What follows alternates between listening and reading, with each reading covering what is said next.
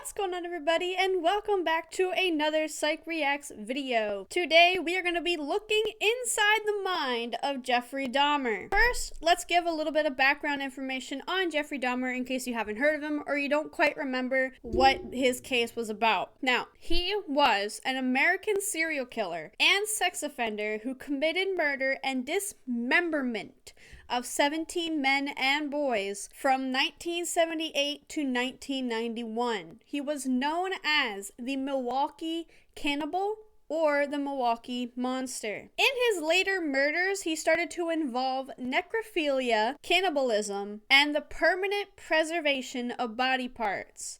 Now, what that means, obviously, is that he would keep the body parts of the people he killed in freezers. He has been diagnosed with borderline personality disorder, schizotypal personality disorder, and psychotic disorder.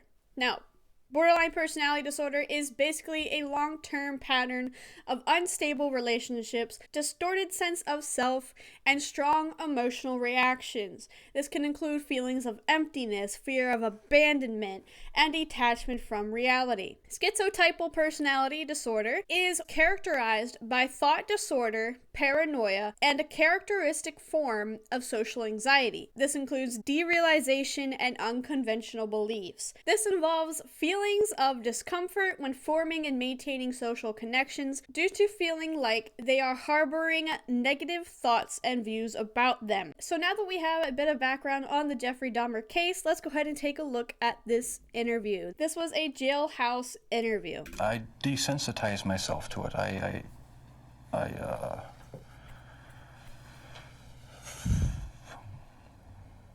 don't know, I went to great lengths. I began by asking what he wanted from the men he picked up.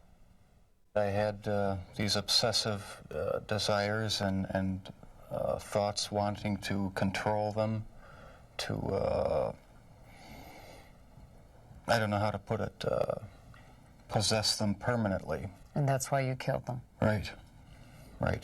Not because I was angry with them, not because I hated them, but because I wanted to keep them with me. And as my obsession grew, I was saving body parts such as skulls and skeletons. So part of this obsession with wanting to possess these people, wanting to maintain the power over these people, has to do with his borderline personality disorder. One example one of my teachers gave me for borderline personality disorder was this one person was seeing a psychiatrist or a therapist or something like that, and he went on vacation. Well, this one woman who had borderline personality disorder ended up following her psychiatrist to their vacation spot and staying in the same hotel as him and his family. So eventually they had to stop seeing this psychiatrist because it became an issue with security and all of that. So this is how far borderline personality disorder can go. Now, not all people go to extremes like this, where they follow people to certain places and they have to be around them, or they kill them because they want to keep them around forever. It's not always that extreme, but in this case for Jeffrey Dahmer, it's so extreme that he is afraid of people leaving him, so he kills them to keep them around. And then he preserves the body parts because he wants them to stick around forever. So the feeling of abandonment really plays a large role in his case, because that is the reason why he killed and kept the body parts. He didn't want to be alone. He did not want to lose those people. All right, so let's listen to his description of how this all happened. How does a middle-class boy from a hardworking family turn into a monster such as this? It's a process. It doesn't happen overnight. When you depersonalize another person and view them as just an object for pleasure instead of a living, breathing human being, it seems to make it easier to do things you shouldn't do. So the first part is the interesting part. He says it doesn't happen overnight. Now, this is because with most serial killers, like Ted Bundy, their obsession starts with fantasizing. they start thinking like, what would happen if I do this? How much pleasure will it bring me? And that obsessive thought keeps running and running and running through their heads until they eventually act on that thought. With the buildup of this obsessive thought, it becomes so strong in their minds that they can no longer resist it, or they no longer want to resist it, which is why a lot of these killers turn into serial killers, because it's almost like achieving a high. It's like the same thing as doing a drug, right? When you do the drug for the first time, you get an unimaginable high or whatever, and you are ultimately chasing that high forever since the first time you did that drug. It's the same type of concept when it comes to killing for these types of people. The first time they kill, they are like over the top in sensations, and they are experiencing what they believe to be the high, right? So every time after that kill, they are chasing that high again. They are chasing the same relief that that first kill gave them in all their other kills, which is why they turn into serial killers. You do sound, though, like the kind of person who could have said to himself, "This is wrong. I must stop." I always knew that it was wrong, but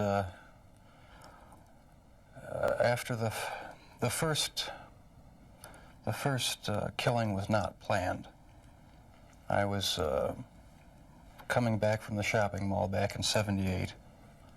I had fantasies about picking up a hitchhiker and taking him back to the house and having complete control and dominance over him. So like I said, he mentions that he's had fantasies of picking up a hitchhiker and bringing them back and having control over them. So he did obsessively fantasize about bringing someone back to the house and having complete control over said person. And after hearing those thoughts for so long, he finally found an opportunity to take this poor boy home. Now coming up, it says after that killing, he did go into the military and he stopped his killings for 9 years. But then he was discharged for an alcohol problem and was sent back home, where the killings then again picked back up. Let's go ahead and watch this section. What happened to you in the 9 years in between that you were able to stop, that you were able to control yourself? It just wasn't an opportunity to fully express what I wanted to do. There was just not the physical opportunity to do it then. And I started, when I moved to Milwaukee in '81, I started reading pornography, going to the bookstores. Eventually that led to frequenting the gay bars. And then one time I brought this young man back to the hotel room, the Ambassador Hotel. Was just planning on drugging him and spending the night with him. Had no intention of hurting him.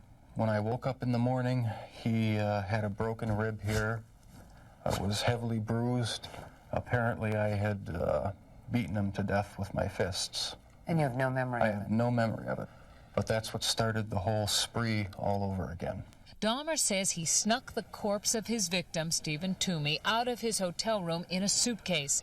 Then he took it to his grandmother's house, where he cut up the body and put it in plastic garbage bags. So the second killing wasn't supposed to be a killing. He stated he just wanted to drug the guy and spend the night with him. That was it. But when he woke up, he realized that he had actually beaten the boy to death. And he has no recollection of doing that whatsoever. So my thoughts are that his fit of rage was just too controlling, too overpowering to actually physically hurting this boy. In a rage state like that, especially for a person of this degree, the rage overcomes you. And I feel like that is what happened for this situation, because he has no memory of beating up the boy. Therefore, I believe that the rage controlled him and he had no control of his physical self because of the rage flowing inside, and he took it out on the boy and doesn't remember it because he was in that fit of rage. So that is going to do it for this episode of Psych Reacts. We have looked at the interviews of Jeffrey Dahmer and realized just how cold and distant he is from his own actions. The compulsion and obsession he felt was too strong for him to resist. If you are watching and enjoying the Psych Reacts videos, be sure to drop a like down below, hit that subscribe button, and turn on post notifications. We just hit 2,000 subscribers, so thank you guys so much for all the support. I truly appreciate it. And let's keep on going. Let me know your thoughts down in the comments. I will definitely be checking them all out. I do read them all, even if I don't respond to all of them. I do read them, and I like to see what your guys' insight is. But anyways, thank you guys so much for watching. I truly appreciate it, and I will see you tomorrow. Peace!